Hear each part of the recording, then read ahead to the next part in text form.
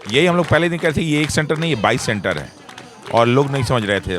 आखिर बीपीएससी ने उसको प्रूव कर दिया। और सबसे दुख इस बात की कि बापू परीक्षा परिसर में नहीं करके 12 जगह पे 22 जगह अलग अलग जगहों पे कराया। ये बापू परीक्षा परिसर की बेइज्जती है। पैटर्न सेम क्या था, ये बहुत ही सी ग्रेड का पेपर था।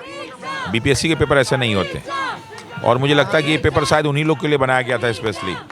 अब देखिए कि 22 का जो ये जो 4 का एग्ज़ाम हुआ, इसमें रिजल्ट जो निकलता है कितने बच्चों का इसमें से होता।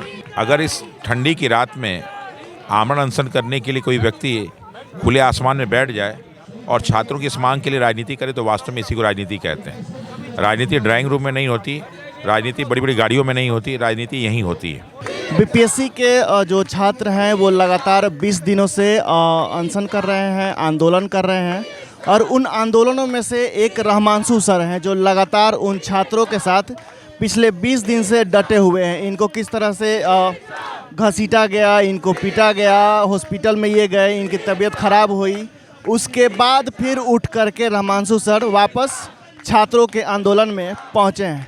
सर, सबसे पहले आपकी तबीयत कैसी है? ठीक है, बढ़िया। जिस तरह से आपको घसीटा गया, आपको पीटा गया, उसके बाद भी आप फिर वापस आंदोलन में लौटे हैं। लक्ष्य हम लोग का बहुत बड़ा है, तो ये सब घटनाएं तो घटेंगी, उसके लिए हम लोग तैयार थे। हाँ, इतना तैयार नहीं थे, लेकिन भगवान ने शरीर इतना मजबूत बना रखा है कि इन सब छोटी छोटी समस्याओं को हम लोग झेल लेते हैं। कल सर एग्ज़ाम्स लिया गया, जिस सेंटर पे रद्द हुआ था उस सेंटर का वापस से 22 सेंटर बना करके लिया गया। यही हम लोग पहले दिन कह रहे थे, ये एक सेंटर नहीं, ये 22 सेंटर है और लोग नहीं समझ रहे थे। आखिर बीपीएससी ने उसको प्रूव कर दिया और दूसरा पेपर करा लिया। पेपर का स्तर और घटिया। और सबसे दुख इस बात की कि बापू परीक्षा परिसर में नहीं करके 12 जगह पे 22 जगह अलग अलग जगहों पे कराया। ये बापू परीक्षा परिसर की बेइज्जती है कि जिस बिल्डिंग को बनाने में 281 करोड़ खर्च हुए, तो वहाँ एक परीक्षा नहीं करा पाए। तो ये परीक्षा बिल्डिंग की समस्या नहीं, उस प्रशासन की समस्या है। तो ये तो आपने जो है आगे सभी राज्यों के लिए समस्या खड़ी कर दी कि कोई इस तरह काम ही नहीं करेगा।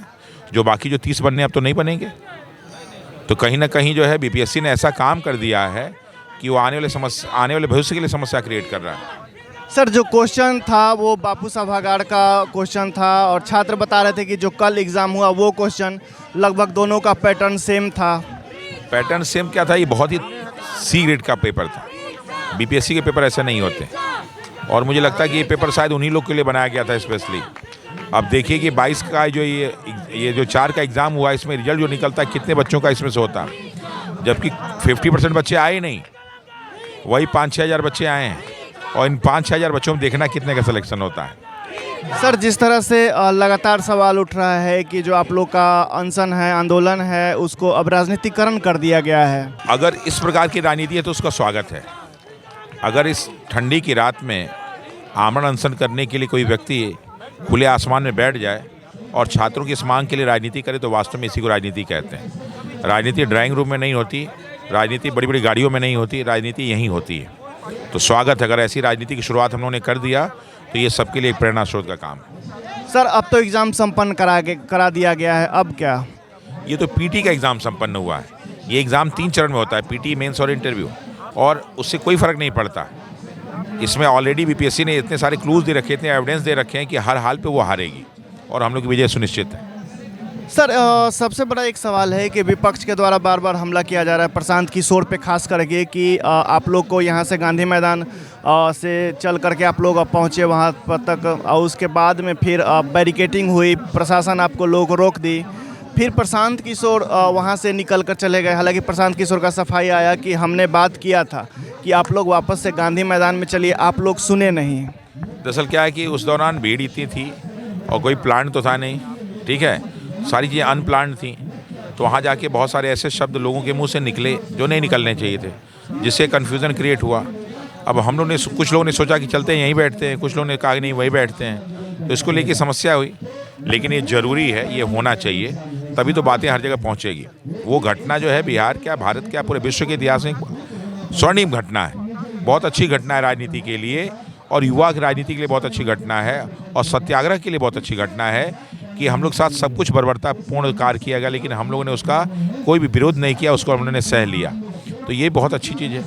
जिस तरह से गर्दनी बाग धरना स्थल पे जो है वो छात्रों की संख्या काफ़ी कम हो गई है, तो क्या छात्र ये मान चुके हैं कि अब फैसला नहीं आने वाला है? नहीं, देखिए अब तो भारत के कई जगहों पे हो रहा है, बिहार के कई जिलों में हो रहा है। अब तो ये स्वतः स्फूर्त हो गया है। गंगोत्री वही है और बाकी हर जगह लोग इकट्ठा हो रहे हैं, तो ये अच्छी चीज़ है। अच्छा, कुछ लोग जो आए थे, कुछ ऐसे लोग थे जो आए और आप लोग के बीच में आकर के फुटेज खा करके चले गए, उसके बाद से दिखाई नहीं दिए आप लोग के साथ कभी खड़ा होकर के। देखिए क्या है ना कि जब कोई इस तरह का बड़ा सत्याग्रह चलता है तो उसमें कई व्यक्तियों का 10 मिनट के आना भी बहुत महत्वपूर्ण होता है। इसको हम लोग शादी ब्याह फंक्शन के रूप में देखते हैं कि कई लोग आते हैं, कई दिनों तक रुकते हैं, लेकिन कई लोग सिर्फ 10 मिनट के लिए, 5 मिनट के लिए आते हैं, तो उनका 10 मिनट का 5 मिनट उस शादी की खूबसूरती को बढ़ा देता है। उसी तरह हमारे सत्याग्रह की खूबसूरती ये थी, कोई 1 घंटे के, देखिए उस समय उन लोग का आना बहुत ज़रूरी था। अगर वो आज नहीं आते तो आज सारी ये नहीं होता। जब वो लोग आना शुरू किए तभी तो और लोग आए। तो हर व्यक्ति जिस भी प्रकार से हमारा सहयोग किया, सबका स्वागत है और हम लोग चाहते थे कि हर व्यक्ति आए, कोई विरोध नहीं।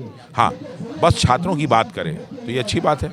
अच्छा, आप लोग जब गांधी मैदान से निकले थे मुख्यमंत्री आवास की ओर, फिर वहाँ पहुँचे, वहाँ पे बैरिकेटिंग हुई, उसके बाद सर क्या हुआ था वहाँ पे? दरअसल क्या कि मैं पीछे था, कुछ लोग आगे थे, तो उनसे पुलिस से कुछ नोक-झोंक हुई, कुछ लोग निकल भी गए।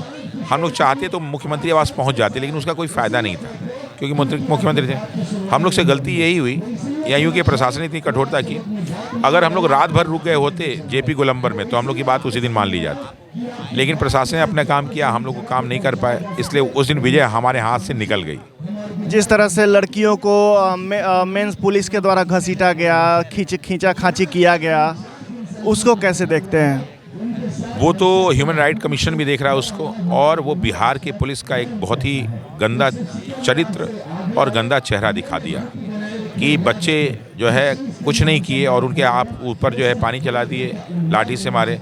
तो ये एक बैड पुलिसिंग का नतीजा है और एसएसपी साहब भी स्वीकार करते हैं कि निश्चित रूप से ये जो निर्णय लिया गया था, ये बिहार के पुलिस इतिहास में एक बहुत ही गलत निर्णय माना जाएगा।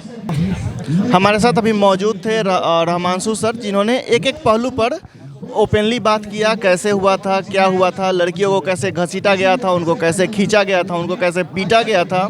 इन तमाम खबरों के लिए हमारे चैनल के साथ बने रहिए। तब तक के लिए हमें दीजिए इजाज़त। नमस्कार।